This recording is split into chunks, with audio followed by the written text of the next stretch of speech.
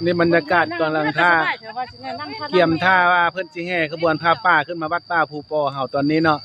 อันนี้บรรดาเฒ่าแก่เพิ่นกำลังท่าประกอบส่วน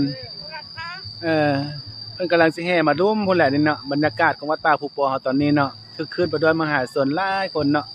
พูนธรรมชาติงามๆเลยนั่นแหละ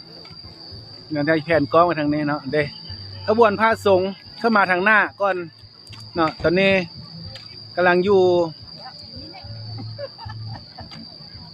มันยังอันนี้ครับขบวนพระป่าสมโพธิวัดพญานาควัดป่าภูปอเมืองนั้นเขตหลวงพระบางเนาะนี่บ่าวพรก็มาอยู่จุดนี้ก็มาถ่ายทำให้พี่น้องได้เบิ่งได้ชมน้ำกันมื้อนี้เนาะจะเป็นคลิปยาวๆแล้วพี่น้องเอ้ยมื้อนี้เนาะจะให้พี่น้องได้เบิ่งได้ชมน้ำกัน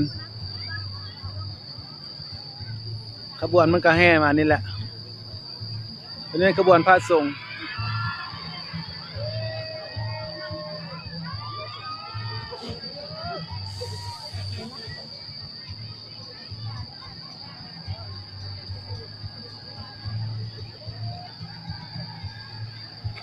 ขณะนี้กำลังขึ้นมาแล้วตอนนี้เนาะ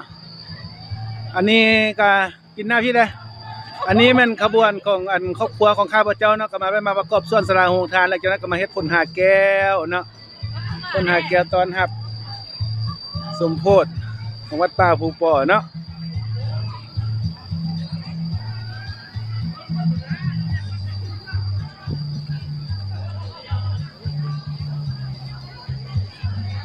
นำพาพระอาจารย์แววเฮา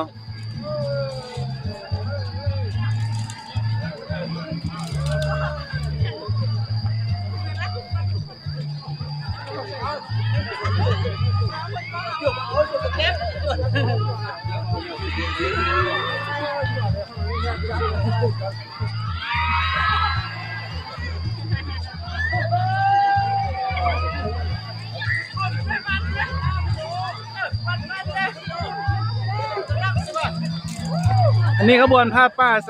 สมัคคีวัดป่าภูปอตอนนี้เรากำลังแห่ขึ้นไปวัดพุ่นแล้วบ้านป่าไผ่อันบ้านเมืองนานที่นั่นเนาะโอ้ยมาติดกันน่ะออกมามันจ้ะอันนี้แม่บ้านป่าไผ่เด้อนี่เด้อ